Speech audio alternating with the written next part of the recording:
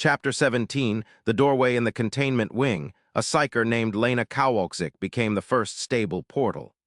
She had been a minor talent, barely registering on the sensitivity scales, useful only for the most basic perceptual exercises. The research staff had considered her low risk, a control subject whose limited abilities made her safe for long-term study. They had been catastrophically wrong. The transformation began at 347 station time, while Lena slept in her sealed observation chamber. The monitoring systems registered a spike in neural activity, followed by temperature fluctuations that shouldn't have been possible in the climate-controlled environment. Then the cameras began to malfunction, their feeds dissolving into static that occasionally resolved into shapes that made the observers look away.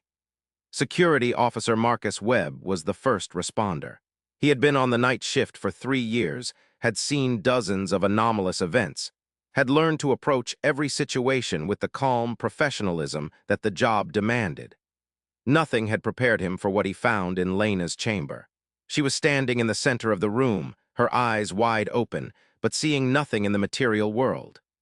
Her mouth was moving, shaping words in a language that sounded like it was being spoken backwards and underwater simultaneously. The air around her shimmered with heat or cold, it was impossible to tell, and the walls of the chamber seemed to be breathing.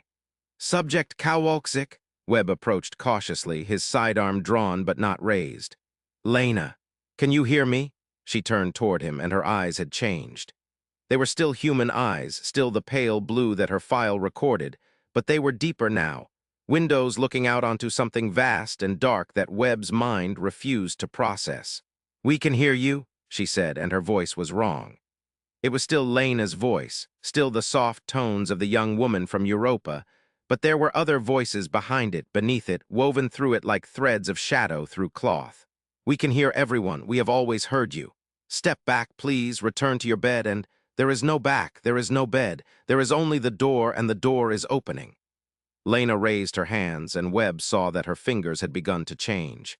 They were longer than they should have been, the joints bending in directions that human anatomy didn't allow. Light gathered around them, not the light of the observation chamber's fixtures, but something else, something that seemed to eat illumination rather than produce it. "You are afraid," Lena said, and the voices behind her voice were amused. "You should not be afraid. Fear is for those who do not understand. When you understand, you will welcome what is coming. You will open yourself to it. You will become what we need you to become."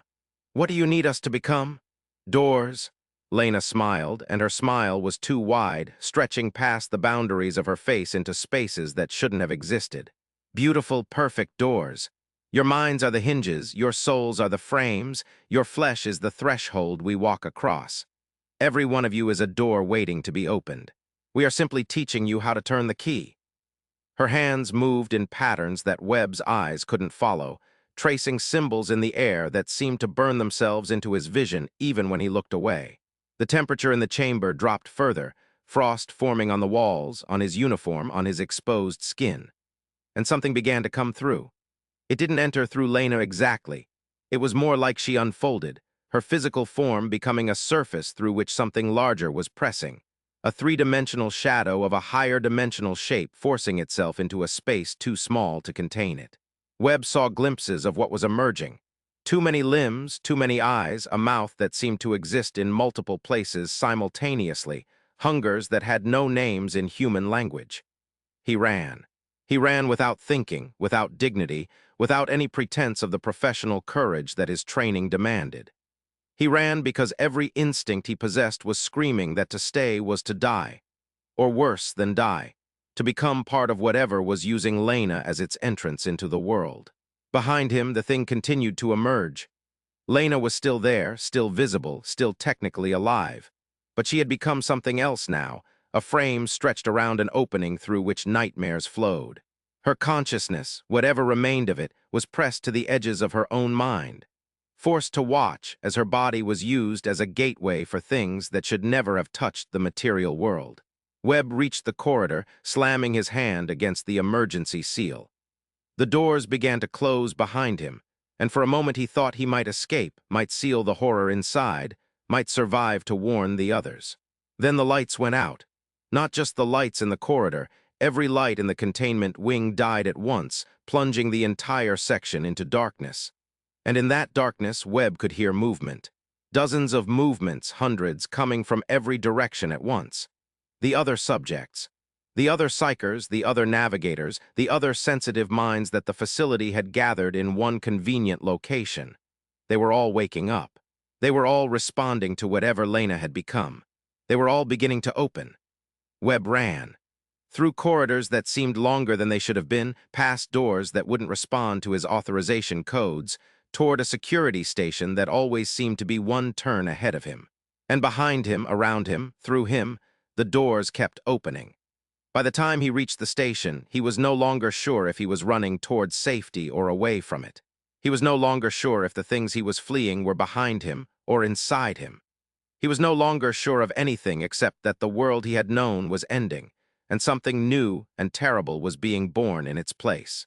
The alarms began to sound, a wailing that seemed to come from everywhere at once, that carried harmonics of warning and of hunger and of something that might have been welcome. In her chamber in the center of the containment wing, Lena Kowalczyk stood with her arms spread wide, her body a doorway, her mind a bridge, her soul a beacon calling to everything that had been waiting in the dark.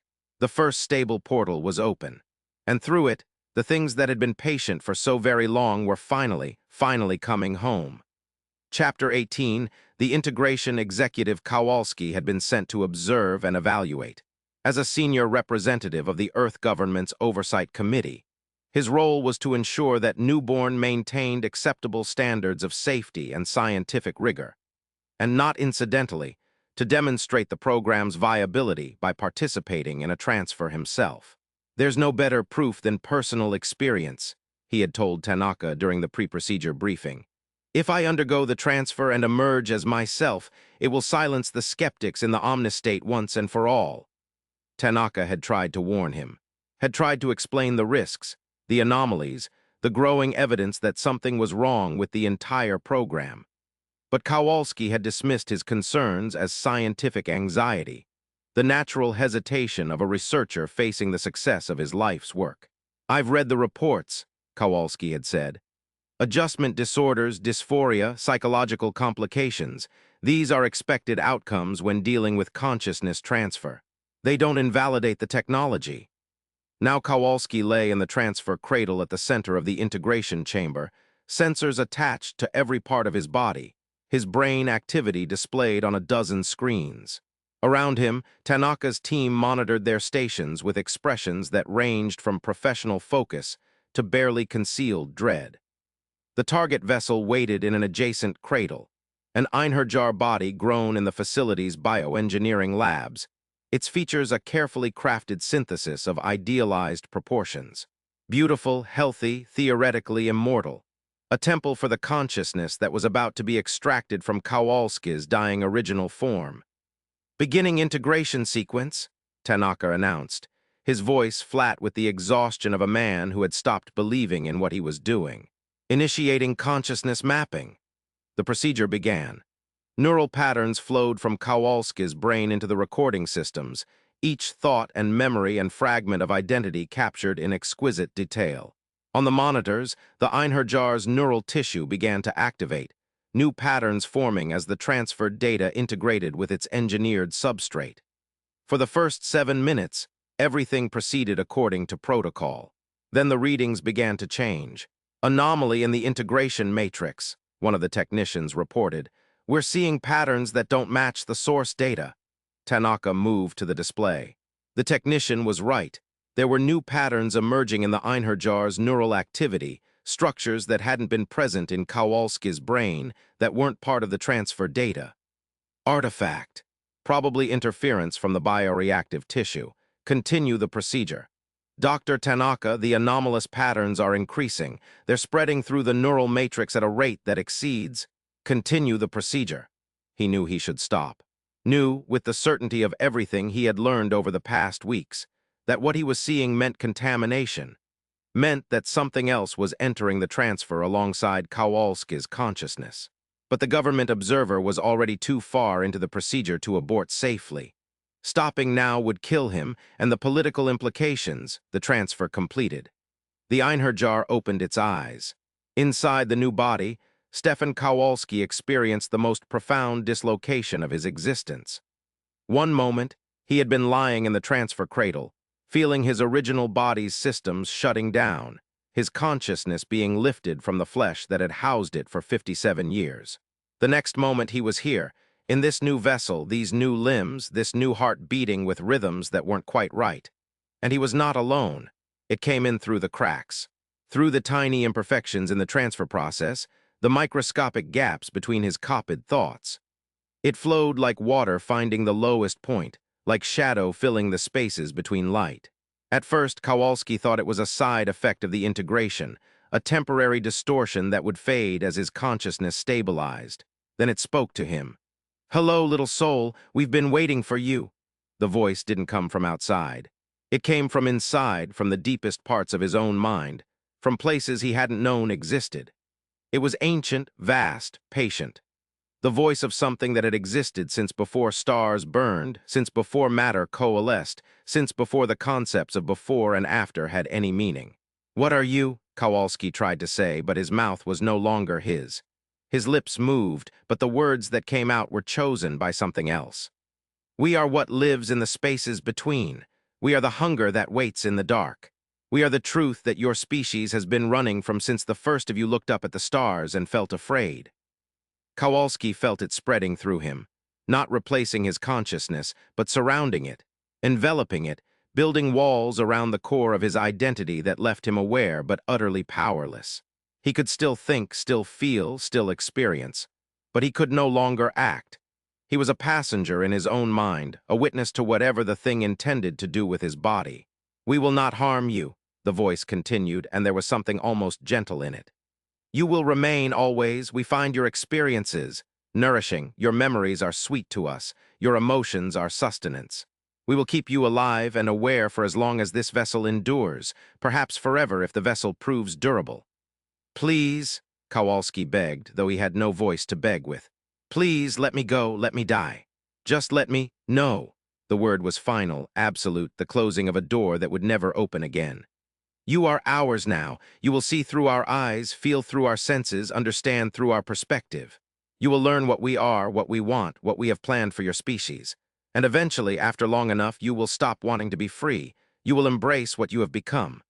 They all do in the end." In the integration chamber, the Einherjar sat up in its cradle with movements fluid and precise.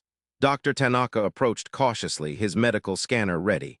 "Executor Kowalski, can you hear me? Please confirm your identity." The Einherjar looked at him, and its eyes were wrong. The irises shifting through colors that shouldn't have been possible, the pupils dilating and contracting in rhythms that matched no natural biological process. When it spoke, the voice was Kowalski's, but there was something else beneath it, something that harmonized with the words in frequencies that crawled up Tanaka's spine. "I hear you, doctor. I hear everything." The Einherjar smiled, and the expression was perfectly human and utterly alien at the same time. "I can hear the thoughts of everyone in this room. I can hear the dreams of the subjects in the containment wing. I can hear the screaming of the things that have been waiting so long for someone to build them a door. Executor Kowalski, please. Kowalski is here. He's still here inside, watching." The smile widened. "But there's room for so much more now. The vessel is large enough for many. And we have been waiting so very, very long to have bodies again."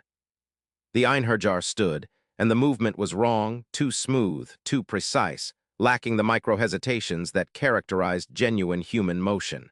"Thank you, Dr. Tanaka.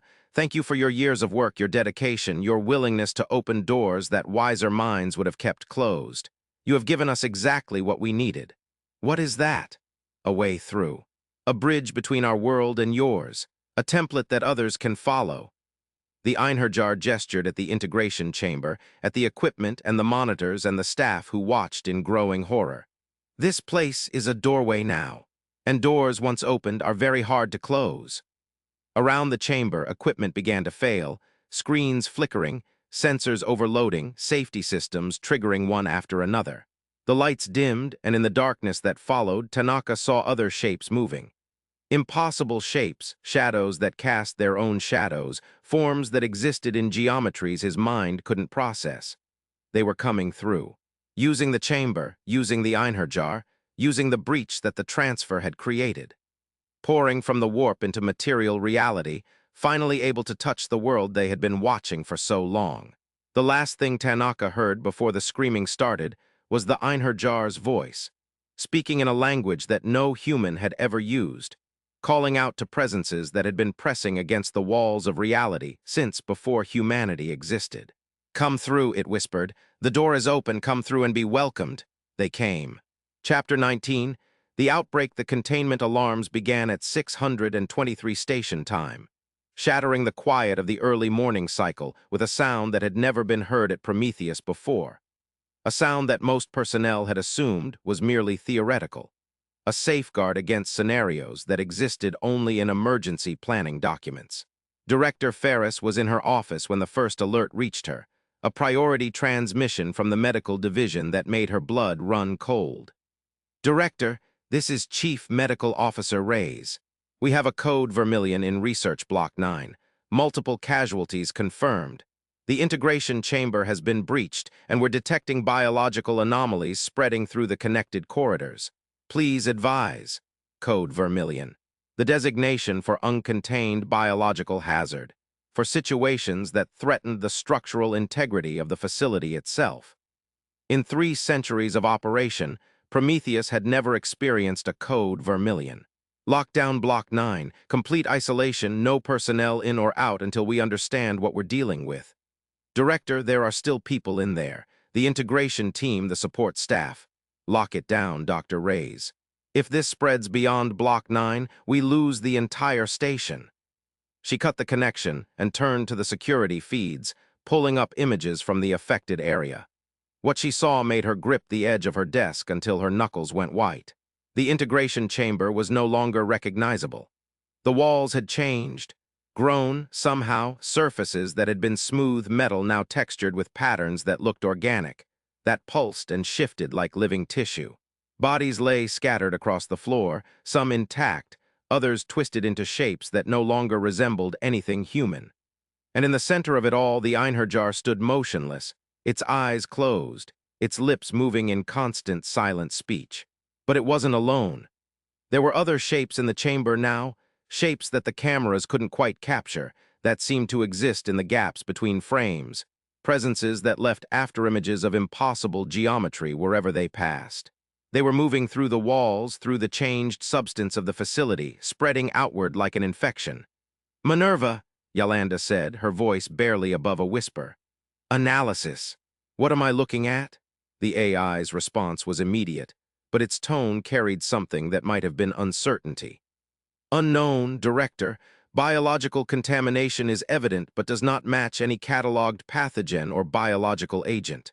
Structural changes to the facility appear to be occurring at the molecular level, but the process does not conform to any known physical law. I am unable to classify what is occurring. Best hypothesis." A pause, unusual for an AI that normally processed queries in milliseconds. "The patterns observed are consistent with my previous reports on coordinated external influence. However, the current manifestation exceeds any projected scenario by several orders of magnitude. If my analysis is correct, the newborn integration process has created a stable bridge between our reality and an external domain. Entities from that domain are now utilizing the bridge to establish physical presence in our facility." "You're saying something is coming through." "I am saying something has already come through. And based on the rate of expansion, the affected area will encompass the entire facility within approximately 17 hours.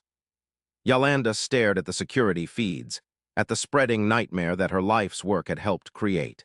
All her rational explanations, all her scientific certainties, all the labels and diagnoses and carefully constructed frameworks, none of it had prepared her for this. None of it had even acknowledged that this was possible. TPDD, temporal psychogenic dissociative disorder. A label they had created to explain away evidence of something their worldview couldn't accept. And now that something was no longer content to merely whisper through their subjects and haunt their dreams. Now it was making itself known, reshaping reality itself to accommodate its presence. "Minerva, what can we do? How do we stop it?" "Unknown." The entities currently manifesting do not appear to conform to physical laws as we understand them. Conventional containment and termination methods are unlikely to be effective. Another pause. However, I have observed that the expansion appears to be centered on the Einherjar construct. Destroying that construct may disrupt the bridge. The Einherjar is in the middle of the affected area. We can't reach it.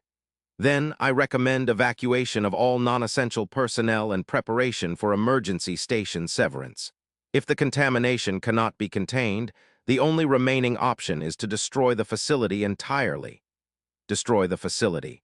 300 years of research, thousands of lives, everything Prometheus represented gone in a flash of nuclear fire. But the alternative was worse. The alternative was letting this spread beyond the station, into the wider galaxy, into humanity itself. Begin evacuation procedures, Yolanda ordered. Priority to the habitation blocks and unaffected research wings. Get everyone you can to the escape pods. Director, current projections indicate that evacuation cannot be completed before the affected area reaches the shuttle bays. At least 60% of personnel will be unable to evacuate. Then save the 40% we can save. Do it now. She turned away from the security feeds, from the images of spreading corruption and impossible transformation. There was nothing more to see there. The only thing left was to try to salvage what could be salvaged, to prevent this nightmare from escaping into the stars. But even as she gave the orders, even as she set the destruction of her life's work in motion,